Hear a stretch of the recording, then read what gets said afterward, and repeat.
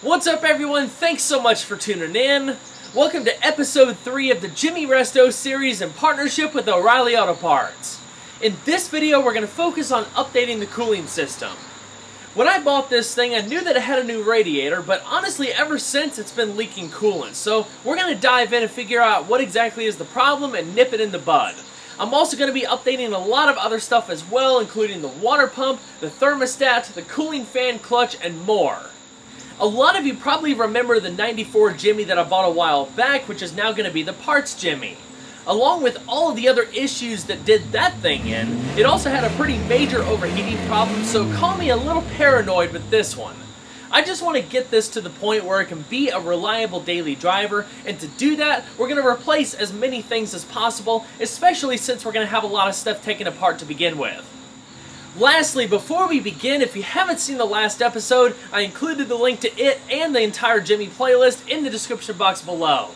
In that video, we replaced the leaky power steering pump, which ended up being a way harder job than I ever thought it would be.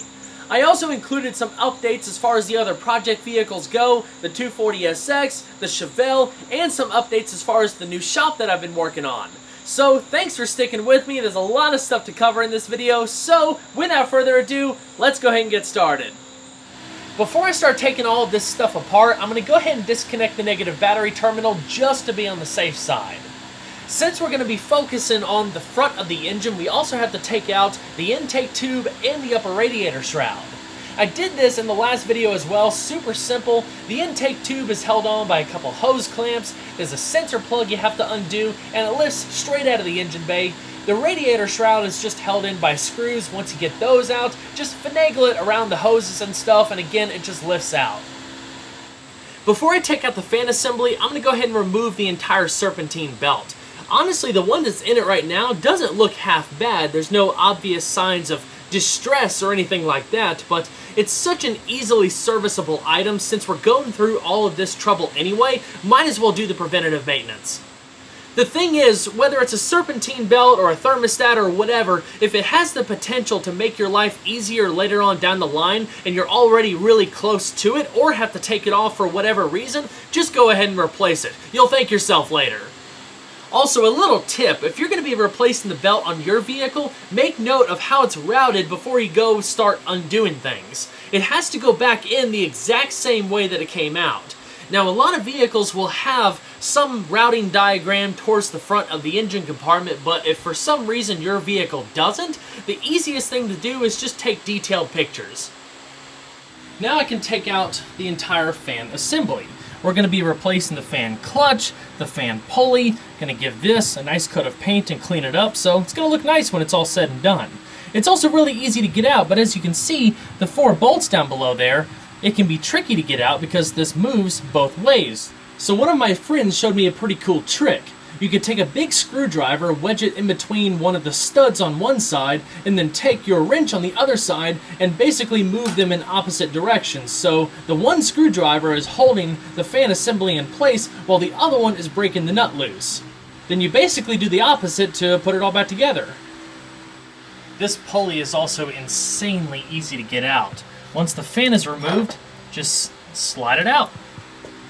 Awesome. Good news, I also found the source of the leak.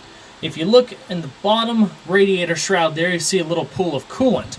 It's actually coming from where the lower hose connects to the radiator. So I guess when this radiator was put in, that hose must not have been, secured properly or something. So definitely an easy fix. I went ahead and bought all new hoses anyway, just so we could start fresh. The next big step is draining the coolant. We have to do that before we can start taking off the radiator hoses, otherwise we're going to make a huge mess, and you don't want to make a mess with antifreeze because it's bad for the environment, it's poisonous to animals, so before you start draining stuff out of the vehicle, place a drain pan underneath the catch as much as you can. If there's any mess around, just clean up afterwards. To drain the coolant, I'm going to first take off the radiator cap, which will allow air to enter the system and help the coolant flow out quicker. Then I'm going to open up the petcock, which is a small drain at the bottom right-hand side of the radiator. I didn't do this, but in hindsight, it probably would have been a good idea to try to find a little hose to go inside the petcock that would then go into the drain pan. That way you have more of a controlled flow of coolant, and it's not just splashing all over your chassis components. It'll also make cleanup a lot easier.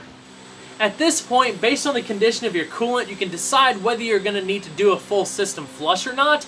I'm not going to with this because the radiator is not even a year old, and it was flushed at the time, and the coolant still looks fantastic, so we're just going to soldier on with that. But if you haven't changed your coolant in a while, it's probably a good idea to go ahead and flush the system while you're in the midst of doing all of this. Especially with iron blocks, just because of the inherent nature of the material, the longer you leave the coolant in there, the greater propensity of having corrosion introduced into the system. So the radiator hoses are out, all pretty simple, and here is our official culprit. This is the lower radiator hose, and whoever put this one on last had that little lip that was folded over inside, and they just clamped it down so it didn't even have a tight seal, so all of the coolant was leaking out of the bottom. I'm almost ready to start tackling this water pump, but first I have to remove a little brace. The brace is held in by a nut and a bolt. The side with the nut connects to a stud directly on the water pump itself. The bolt connects to the tensioner bracket. With those two things gone, the brace just lifts out. With the brace out of the way, this is also a good opportunity to go ahead and take out the thermostat. Again, because we're going so deep into this disassembly, it's given us excellent access to all of these easily replaceable items. So by doing all of this at once, there's less of a chance that this stuff's going to have to come apart again for quite some time. Now for the water pump. This is surprisingly easy actually. There's two bolts on the left-hand side, another bolt on the right-hand side, and right above it, a stud. But the stud has a little bolt end on it as well, so you can still use a socket wrench. If you take a closer look at the mating surfaces of where the water pump goes up to the block, there was definitely not a whole lot of gasket left, so it's probably a good thing we did all of this now. Surprisingly, one of the more significant things I'm doing here is actually quite small. I'm going to replace the coolant temperature sensor, which is on the side of the engine way down there. It's not the easiest thing to get to. I've already unplugged it. Basically, the temp gauge on the instrument cluster has never worked ever since I got this thing. So between that not working and the coolant leaking all over the place, it was a little sketchy to drive, I won't lie. So we're going to go ahead and take out that old sensor, check it out. Once we're putting everything back together, we'll put the new sensor in, and hopefully that fixes the problem. So I think this is a pretty good time to go ahead and call it quits for filming today. Everything's taken apart, no issues to report, thank goodness. Very, very happy. The only thing I gotta do this evening is just work on cleaning things up now that I got all of this space. You know, all of the oil and dirt and grease that's built up over 200,000 miles of use. Gotta clean off any traces of old gaskets and get the surfaces prepped for reassembly. I'm also gonna take out the overflow tank and make sure that gets a nice thorough cleaning.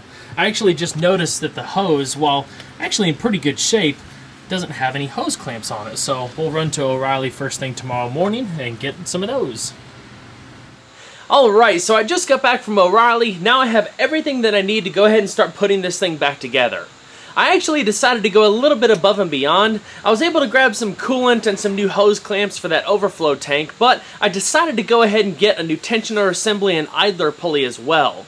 Those types of things are recommended to be replaced anyway as a vehicle gets higher mileage on it, and since this has 200k on it and I don't really know what's been done to it in the past, it certainly couldn't hurt, and the parts were already in stock. I also noticed that sometimes on cold starts the belt would squeak for a little bit. I looked at all the pulleys, everything seemed fine for the most part except the idler pulley, which had quite a lot of play in it, so between replacing that, the tensioner, and the serpentine belt, we'll get this thing right. Now we can dive into putting the rest of this back together. I'm basically going to take backward steps to how I disassembled everything just to make things a little bit easier. First off, let's go ahead and reinstall the coolant temperature sensor. It just screws back into the side of the block, super simple, and since we're working with a wet area, you know, coolant's going to be flowing through there, I put some thread sealer just to guard against any possible leaks.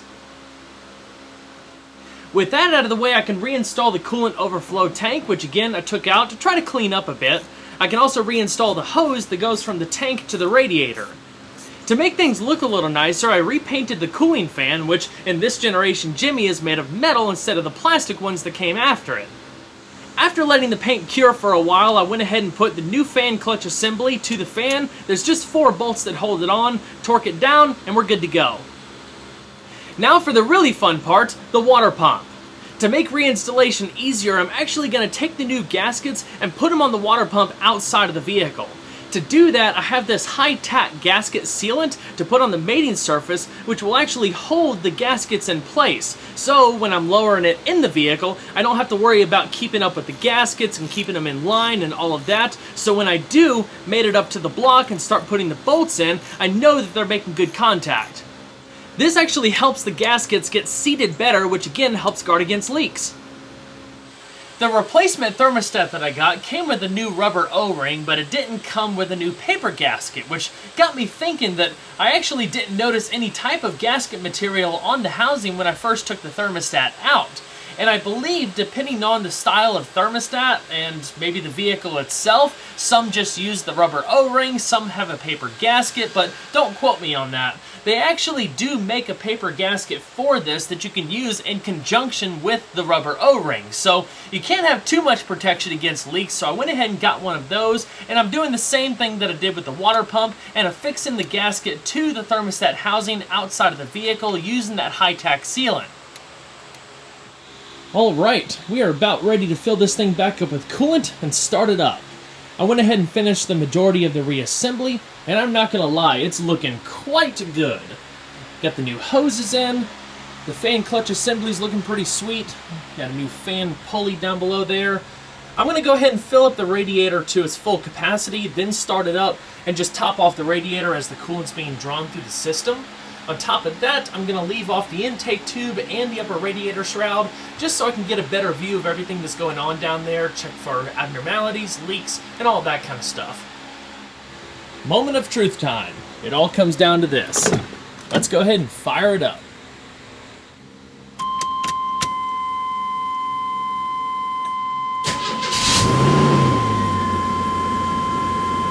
Ooh, I like how that sounds so far. No weird noises or squeaks. Sweet. I'll tell you guys what, this is a pretty incredible feeling. Everything is all back together. There's no leaks. I got the coolant topped off. There's no belt squeaks. Everything is working just like it should. I am so excited. And check it out, replacing that coolant temp sensor did the trick. The gauge is working just fine.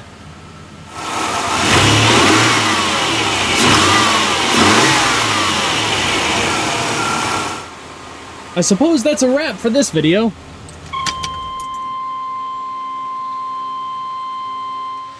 Well everyone, I hope you enjoyed the video. There was a lot of stuff to cover here, but the effort was well worth it, as between updating the cooling system and replacing the power steering pump in the last episode, the Jimmy is running and driving fantastic.